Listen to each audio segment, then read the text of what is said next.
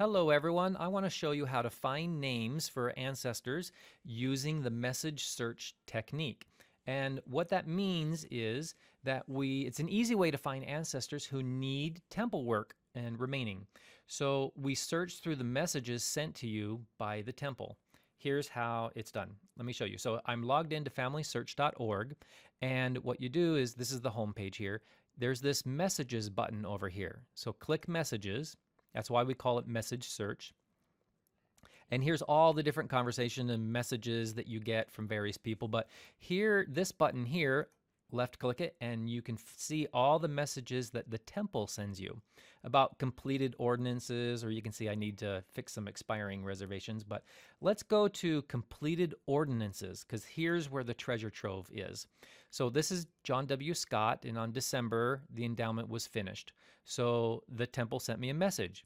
But I can use this by right-clicking. I can say Open Link in New Tab, left-click, and I have a new tab that pulls up John W. Scott. I can go to View Tree. Now his work's already done, but I'm looking around him to see any ancestors whose work still needs to be done. And look right there, his mother. His mother needs the work to be done. So I could go into Amelia here and go into person, and then I can go to ordinances and then request the ordinances, as I know how to do. So that's wonderful. Now let's go back to John here. And so you see that there's Amelia. What I think I'll do with this one is I'll actually just copy the ID, and save it to a little notepad somewhere so that my daughter can do that. So, but here is a descendant, and I can see here, and so these descendants, permission is required, so I can't do them, not yet anyway. But so the point being is that by searching through these messages, I can quickly see ancestors and descendants of my target individual. And right there were some ordinances that need to be done. Let's take a look at another one. So let's go to completed ordinances. I right click, I choose new tab, left click, go to search, and say view tree. And here's my target individual, but here are the spouse's parents and grandparents. Their work needs to be done. So I can easily go now and do the sealings and endowments and such, and I can go to the grandparents and I can see that, oh look, they need all of their ordinances and sealings, etc.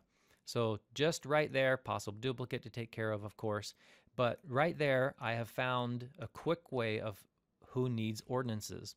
And what I try and do is try and do 2 generations above the person, or past the persons as ancestors, and then 2 generations of descendants, and then I know that's a good searching around this individual. So let's continue, and we'll do another one. Here's Chester Minor. Notice that there may be several messages from the temple. So right click, new tab, left click, search, view tree, and here's my target individual that I got the message about, and here is a grandparent that needs the temple work done. And so I click here and got the whole family. The whole family needs the work done, so I can then start to process them. There's also a data error here, missing standardized birthplace. That's easy to fix, another video on that topic. Or I could then start searching some record hints and seeing if there are additional children that have been missed. So, but this is just a fast way of being able to search for ordinances that need to be done. And just to recap, that was from the main screen, you go into messages and you go into temple, and then I can search every one of these completed ordinances and for information and ancestors around these target individuals. So that's the easy way, is you search the messages sent to you by the temple for related temple work. Enjoy.